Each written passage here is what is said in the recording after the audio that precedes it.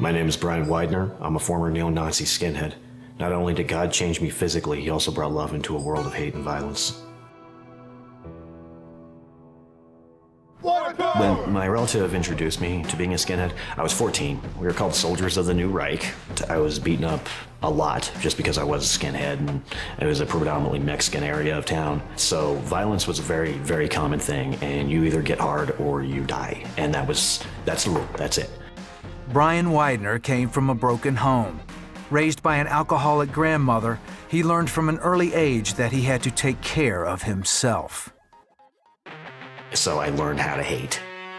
I started getting tattooed at about 14, 15. The tattoo thing was just to signify the whole tough guy look. Oh, I got swastikas and stuff when I was like 16, 17. I got them more for shock value because I really didn't understand the politics behind them. I just knew that they got me in fist fights quite often, so that was why I put them on my body. And after that, that's when I decided, well, I should probably know what they're about, and that's when I started hitting libraries and studying on them and this and that. And that's when I started getting into the politics of everything. Before it was just to piss people off, honestly. Eventually, I decided Albuquerque wasn't the place for me and started traveling around the country. I met my first hammer skin out in Indiana. They're known for being the most notorious, the most violent, the biggest, the baddest, the elite, basically. And when I met these guys, that's what I wanted to be. You know, they were organized, they were tough. You know, it was just like everything any skinhead, you know, just would want to be. When I got into the hammer skins, a lot of the guys had facial tattoos and their hands done. And I mean, I had my hands done, but I ended up getting my neck done, and just for the shock value of it, when it started creeping up onto my face and getting that done, we were pretty out of control. When the gang disintegrated, Brian and former members created a new gang called the Vinlanders Social Club. We started spreading like a disease. I was in charge of going to different towns in Indiana and setting up chapters, and I was an enforcer. As a skinhead in my early years, my thinking was very much the white race was the master race. After my first decade, I didn't really see it that way anymore. Because I just knew so many white people that were just such scumbags that I couldn't say, okay, every white person is so much superior than every black person. When, you know, I'm saying complete opposite. Kind of realized the only thing I had achieved in my life was a bunch of scars, a legal record, and halfway cirrhosis of the liver. That's it. I have achieved nothing else in life, nothing positive. I was actually literally trying to drink myself to death. I was just looking for a way out. I was done. I had given up on life. I'd given up on everything. I was just done. I was sick of the violence, but I didn't know any other way to be. If I would have talked to anybody about those feelings, they would have called me a traitor. And then I would have been branded as such and probably shot. So I just bottled it up and drank. That's all I did. Brian was depressed and on the edge of suicide. Then he met Julie. I just fell in love with her. After we got married, my former gang got real jealous of the fact that I got married and moved 10 hours away because I was no longer available for their business. I started to working full-time constantly to put food on the table.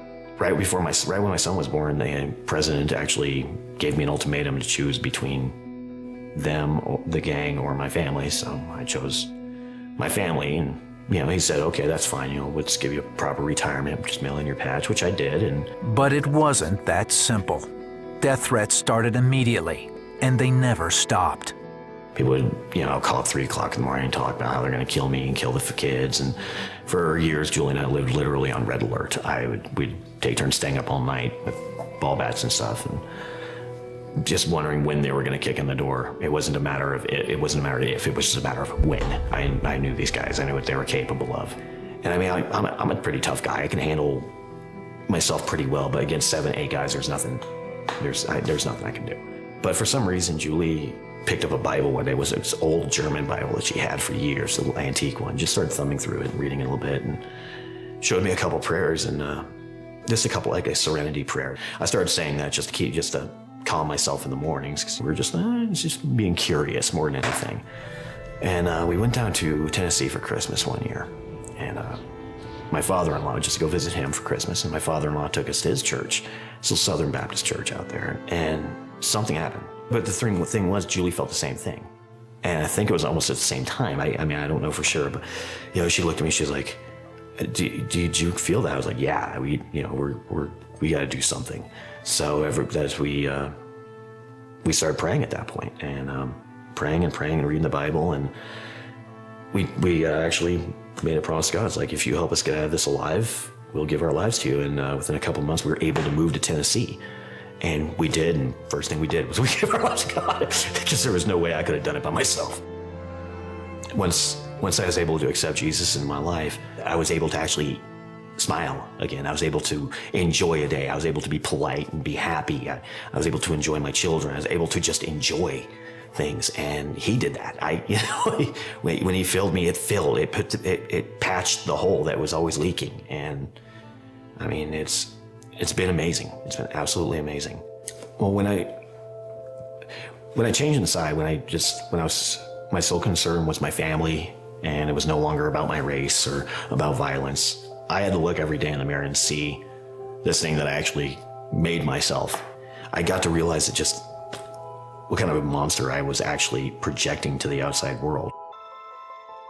With the past lingering on his face, Brian's desire to live a normal life seemed hopeless. I mean, I'd go out and try to get jobs, and yeah, nobody would talk to me. Parent-teacher conferences were always a mess. I mean, it was an absolute nightmare. And I started looking into laser removal, which was entirely just way too expensive. There was no way I'd ever be able to afford it. So I started looking at means of actually using dermal acid and burning them off my skin. And I was just gonna go ahead and suck up the burns. In a desperate move, Julie contacted the Southern Poverty Law Center. With their help, they located an anonymous donor, and Brian began a painful 2-year journey of removing the tattoos. It was absolutely amazing. We ended up doing a Q-switch laser out in Vanderbilt University. Dr. Bruce Shack, he had never seen anything like me before I walked through the door, because I just had so much coverage that he had never ever taken on something like that. And physically, it was incredibly painful. It took about 23 to 25 treatments, but everything that's happened has been just literally a miracle. The removal, my family is safe, we are safe. We have a beautiful home, I'm working. And it wasn't my doing. I didn't do any of this, you know. I'm barely a high school graduate, you know. I'm not really anything. I'm a former street kid. God has done just miraculous things in my life, and now I can finally give glory where it's due. I can finally give him the credit.